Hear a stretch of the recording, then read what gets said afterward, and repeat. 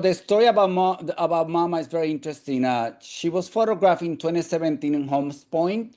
I was there photographing, and I turned the corner, and somebody tried to mug me, and Oh, I managed to kick the knife with my leg, and then I just kept walking. You know, when you do this for decades, you're exposed to all sort of things, and it's not that I'm fearless. I'm very guarded, but definitely I'm not gonna let anybody come with a knife at me.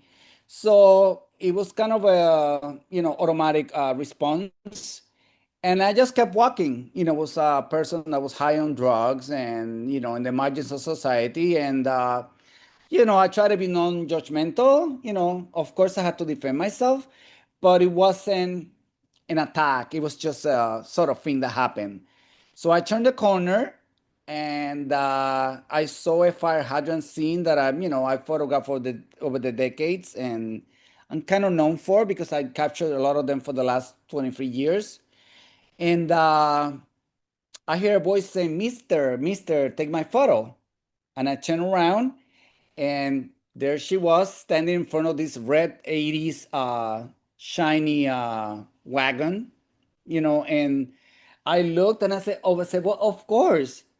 And I took the photo, I gave him my information, and I moved on to the fire hydrant scene that I had my eyes on. And it didn't really struck me as hard when I got home because I only took two photos of her, to be honest with you.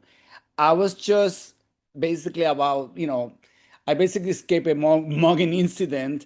And then she happened. Of course, I was very struck by her confidence. I think her confidence really struck me the most, and also the setting itself.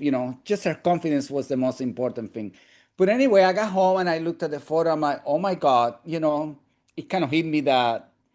And the same day I posted the photo on social media, a friend of mine, a collector, went crazy, and she told me, "This is your Mona Lisa."